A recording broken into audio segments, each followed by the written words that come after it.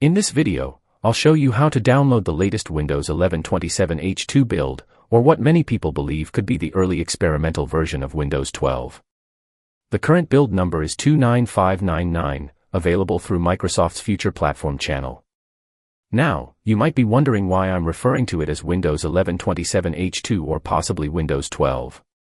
The reason is simple: Microsoft hasn't officially labeled this build as 25H2 or 26H2.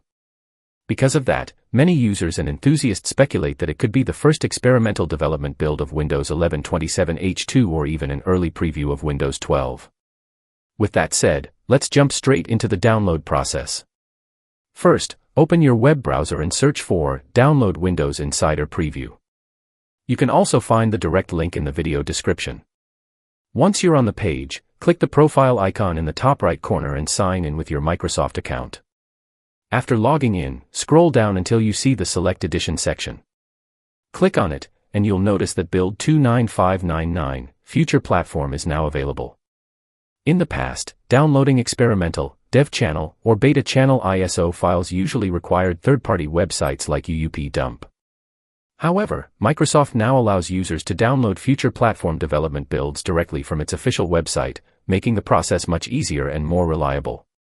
Select the 29599 Future Platform Edition and click Confirm. Next, choose your preferred language and click Confirm again. Now you're just one click away from downloading Windows 11 27H2, or possibly Windows 12. Simply click the download button, and your ISO file will begin downloading. Once the download is complete, close your browser and use the ISO file to create a bootable USB drive. You can then install it on a secondary PC and start exploring the latest experimental features. However, I do not recommend installing this build on your primary computer.